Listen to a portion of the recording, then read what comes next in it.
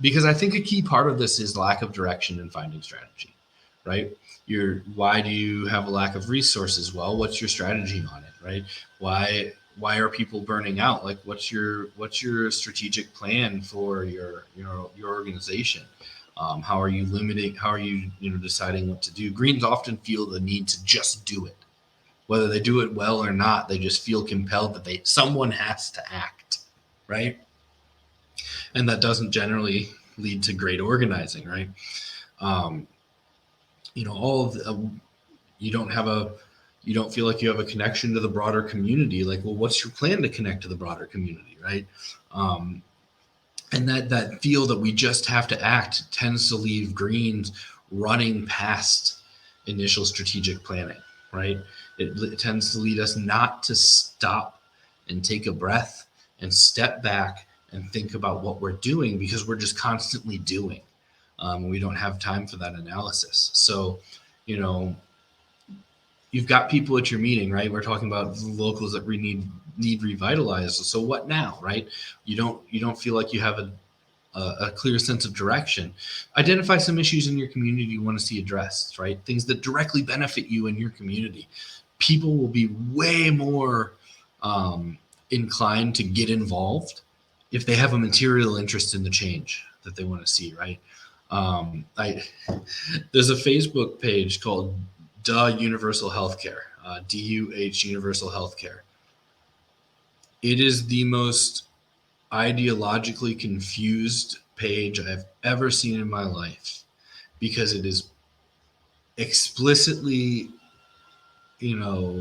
created to support the idea of universal healthcare in the United States, but it, without any question, actively supports the Democratic Party that doesn't support this, right? They actively repress anyone from the independent left.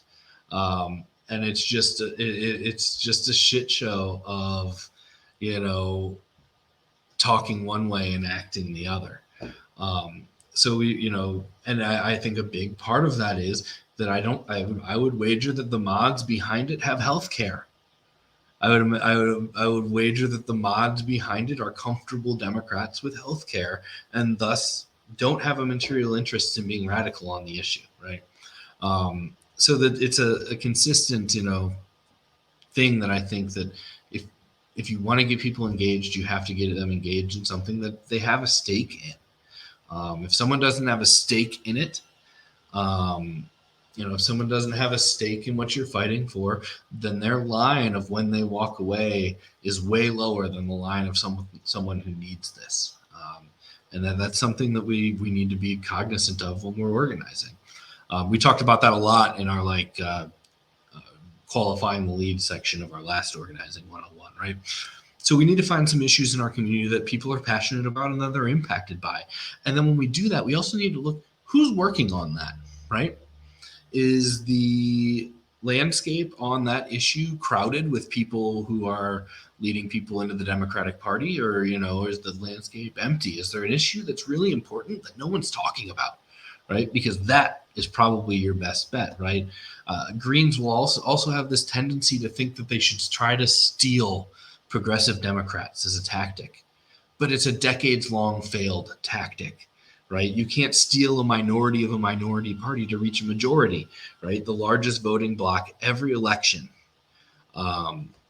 is non-voters, right? That's your largest party in pretty much every election. So we need to be looking for areas where we can engage people, but there's also space for us to actually exist. If you enter into an already crowded field of established movements and organizations around an issue, it's going to be really hard for you to get through what the green perspective is.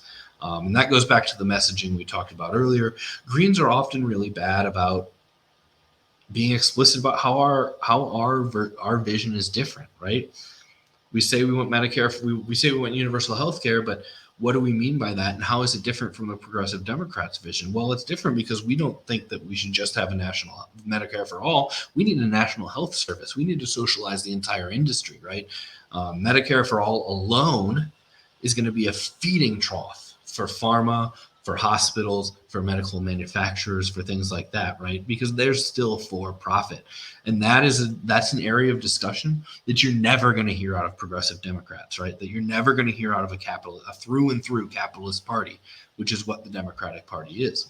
So when we have these conversations about issues in our community, and obviously I chose a national one there and not necessarily a local one like you will be, but you need to be able to express why your perspective and your vision is different and why that difference is important, right? And why that difference is something that people should fight for rather than settling for the middle of the road solution that you're going to get, from a Democratic Party aligned group, right?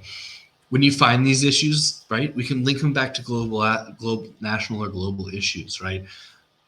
What environmental racism looks different in Pennsylvania, where Garrett is, versus Central Illinois, where I live, right?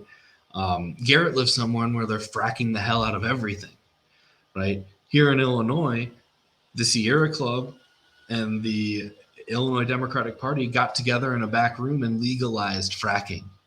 But we don't have any fracking happening in the state because it's not economical for us, right? They tried to let it happen. Like the Democrats tried to give fracking, a foothold in Illinois, but the economics just aren't there, right? So it looks different. It looks different in different places. So when you're doing this, it's important to be able to tie up to these national issues, which tend to get people a little more excited than local issues and tend to have a little more background. Power mapping, ask who. We'll talk more about power mapping later, right? But when you're coming up with an issue, you want to say, ask who, and you kind of want to ask who a bunch of times, right? Who does this impact? Who has the potential to change? Who has the potential to get us near of that person, right? These are the kind of questions we want to ask when we're trying to figure out what to do. Think about reading groups for educational opportunities, right? Learn about actions and campaigns in both the U.S. and globally against capitalism to gain inspiration, right? We talked on our last eco-socialism 101 about the Zapatistas, the ELZN, and their principles. Yeah. The Zapatista principles are like God level principles and priorities, right? Like as a leftist organizer, you read them and you're like, God damn, like they're extraordinarily hard to live by, right? But they're exactly what we need, right? And every green local should read and discuss those principles. Like I honestly believe that, right? Just like I think every green local should read, Paulo Freire's Pedagogy of the Oppressed, because it's really important to understanding of how our society marginalizes people, right? And so these reading groups, they help you kind of craft a common foundation, right, and a common political view that can help you get through some of the struggles that people have, the interpersonal conflicts, the lack of direction, the strategy, that kind of stuff. If I can add in there quick. There's definitely a lot of, I'll call it theory, that would be really good to read. It gives us this common, leftist, green, socialist language that we can communicate with each other a lot better and understand concepts a lot better, because it facilitates communication if we have words and language and ideas that we can share with each other. So I absolutely encourage folks to have reading groups around more theory sort of concepts. However, the reading groups don't strictly have to be, reading Karl Marx or whoever it is, right? A reading group could actually be as simple as just setting up a time where you and folks in your community get together and discuss the local newspaper or something like that. Discuss articles that were posted online in common things that I whatever leftist place, right? Like a Jacobin or a Left Voice or something like that, right? Just articles that have come out recently, and discuss those. It doesn't have to be like a whole like crazy book of theory or whatever, right? Just it could be discussing current events, reading it together and discussing it, and then discussing how it affects your community, especially if it's local newspaper. It's really easy to do, but discuss how it affects your local community. And in particular, read those articles about what people are doing in other communities and see if what they're doing makes sense for your community. You know, there's all kinds of Cooperation Jackson and is it Springdale? No, not Carbondale Springdale. Spring. Carbondale Spring, that's it. And like you know, there's all these groups like this that are working at local and municipal levels to address problems in their communities, getting, you know, clean water, or you know, good jobs like worker co-ops and these things like that.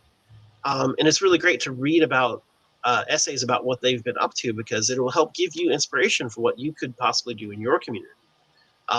So I just wanted to throw that in there, that reading groups shouldn't necessarily be academic things, right? They should be reading, you know, about what's going on in Cooperation Jackson and saying, oh, that's a really cool idea. What if we tried that here? That's really a great reason to get together for reading group.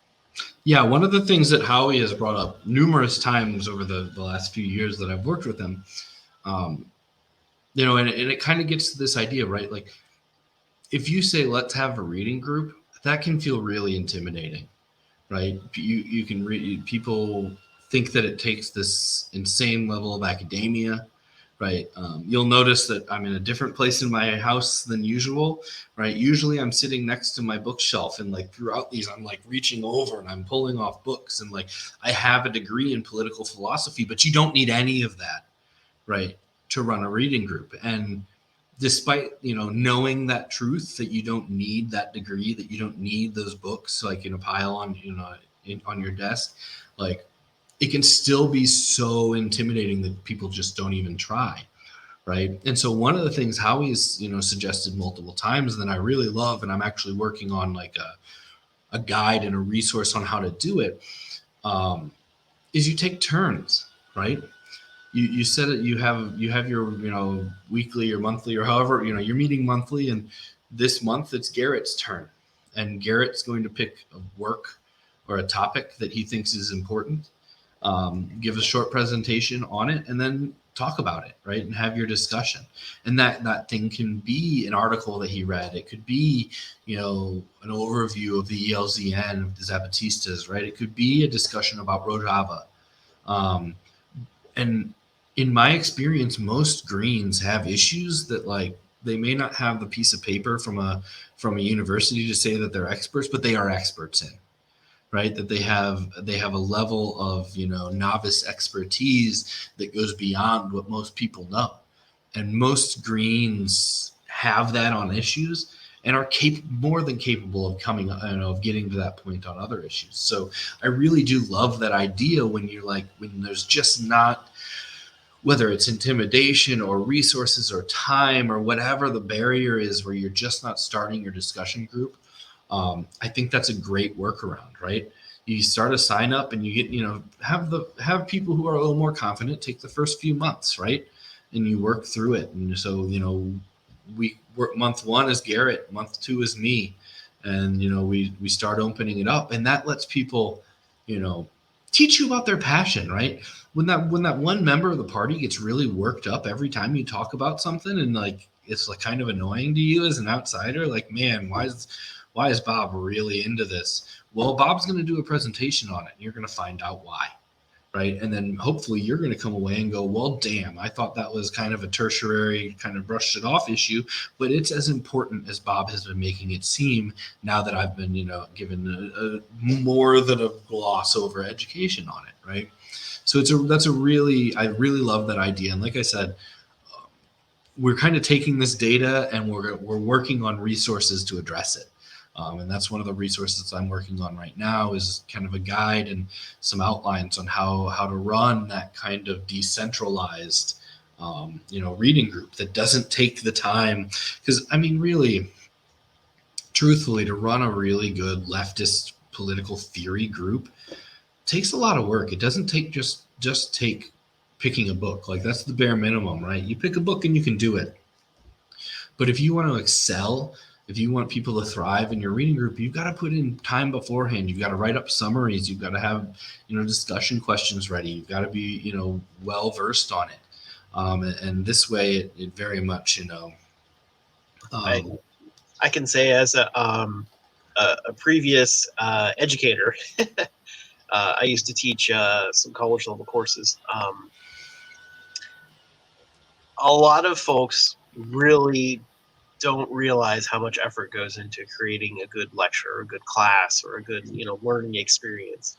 And so that's not meant to necessarily intimidate anyone to not do it, but really the point more is that a lot of effort goes into making good high quality stuff. And so it's important for us to put together some good high quality materials to help you be able to put it together really nicely. Yeah, as also as an educator, but I taught 3 to 6 year olds. I would spend hours every week preparing for my science class where we would talk about, where I would be, give talk again, 3 to 6 year olds, right?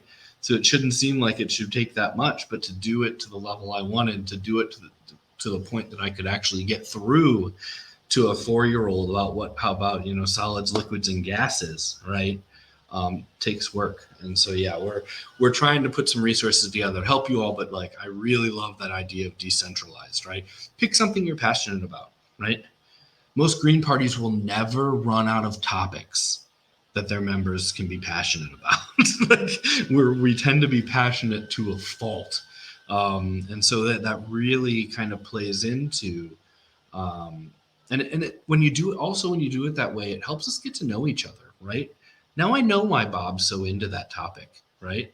And that lets me know Bob a little better as a comrade and as a fellow organizer, right? So, there's so much good about education. I think it's probably pretty common, and it's certainly been my experience that folks will often start gravitating toward learning a lot about something that's meaningful to their personal lives. It's something radicalized them at some point in their history, right? And that's part of what this is about. It's like, well, what was the thing that got the switch to flip in your mind and say we need independent politics, right? And for many environmentally minded people, it might be because they live next to some sort of coal plant or fracking or something, and they saw firsthand. We see this in Pennsylvania. They saw firsthand that it's not just Republicans; it's Democrats, bipartisan, pushing this, and they don't care that the fracking is next to your school and affecting your children's health. And so now that's radicalized them. And so now, like Chris is saying, there's all kinds of people in the area that, okay, they don't have college degrees in fracking, but they know about fracking because they have studied this and they have talked to experts. They have talked to scientists and all. They've gotten the people at our local universities to start looking into it, looking into the public health and stuff. And so, there's a personal story behind a lot of this. And one of my stories is that over the last few years, I've become a lot more interested in community control of policing and defunding policing, and looking more toward having more socially just structures for helping people, and not just like criminalizing poverty and things. And that's partly driven because of my own personal experiences. That my wife and I have had to fight in court against the police because she was arrested for protesting against fracking. They told her to leave the park. And when she asked why, they arrested her. And then they tried to throw all these criminal charges on her, saying like, "Oh, you were resisting arrest, and what would you call it? Disorderly conduct." Yeah, all right. Just like threw the whole thing at her, and you can hear these. You can hear these stories. You can hear this stuff about the criminal justice system doesn't work, for example. And you can sort of know that, but it's different when you've experienced it and you've seen it firsthand. Oh, I didn't realize it was this ridiculous, And so part of these reading groups, I think, should be us sharing these experiences. What was the thing that helped kind of radicalize us and help us realize that the current system doesn't work. And not only does it not work, but it doesn't have any interest in fixing itself. We have to organize to fix it, because it won't do it itself. It can't do it itself. That's part of the problem with capitalism. Yeah, and part of organizing a bottom-up party is accepting and elevating and respecting this experiential knowledge, right?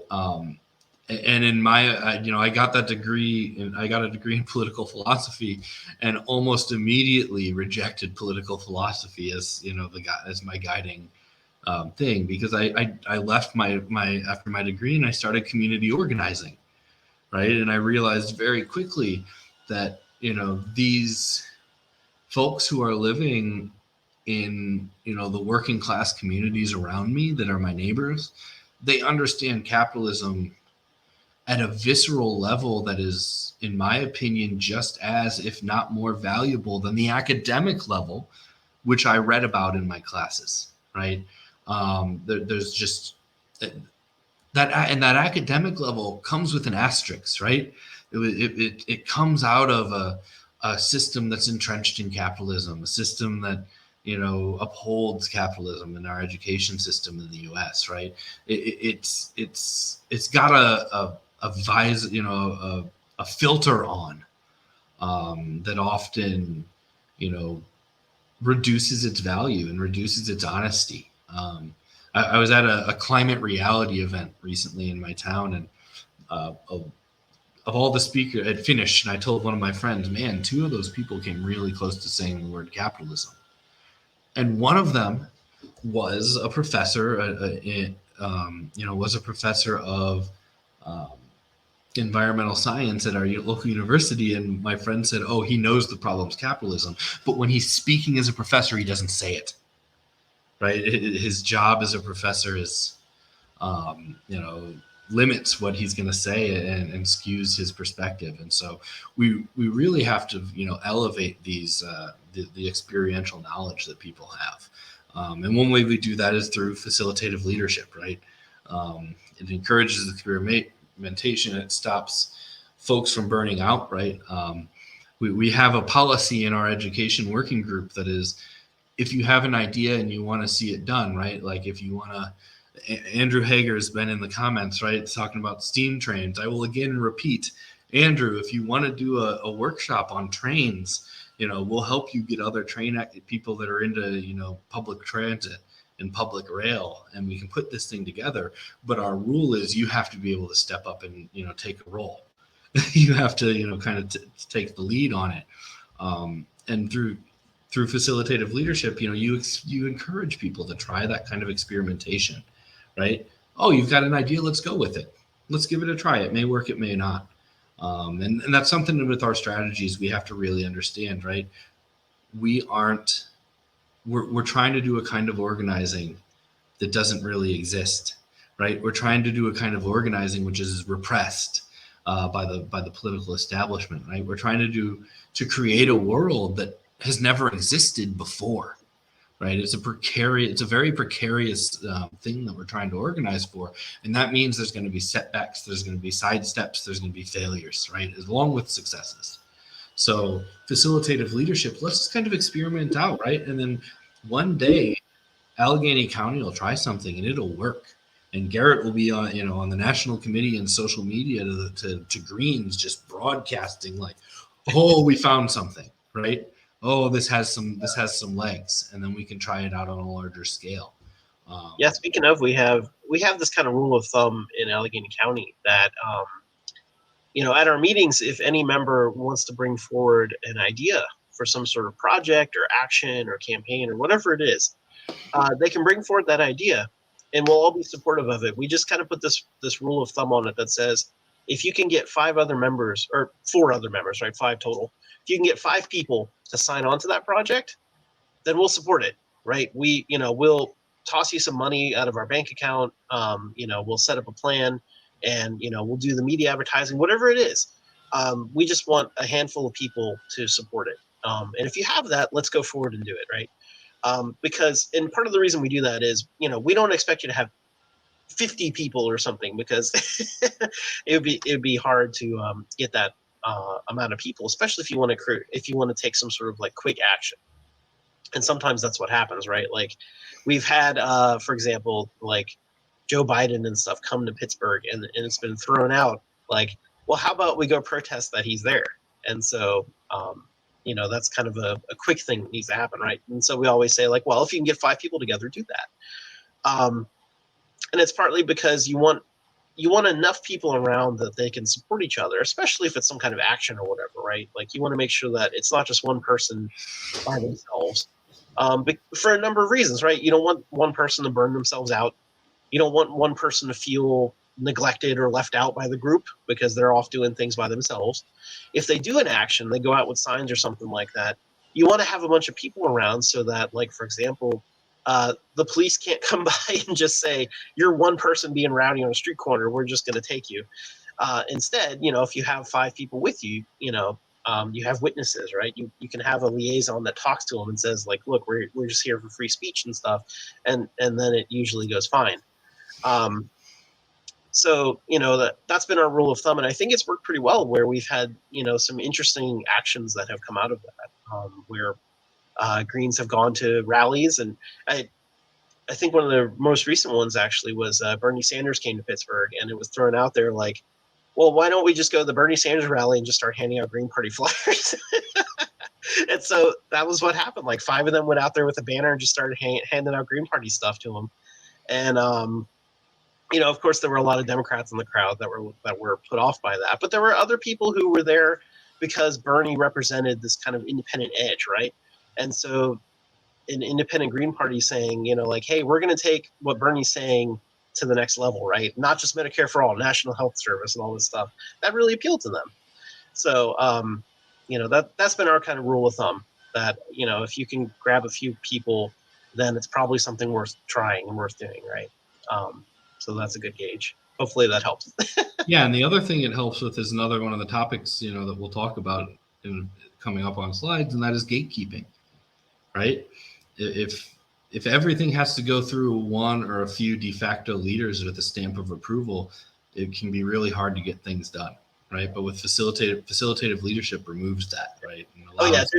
To be clear, when I say 5 members, I mean like any 5 members. I'm not talking about like the co-chair has to agree or whatever. Like just if any 5 members of the local party agree, then we're supporting you doing that.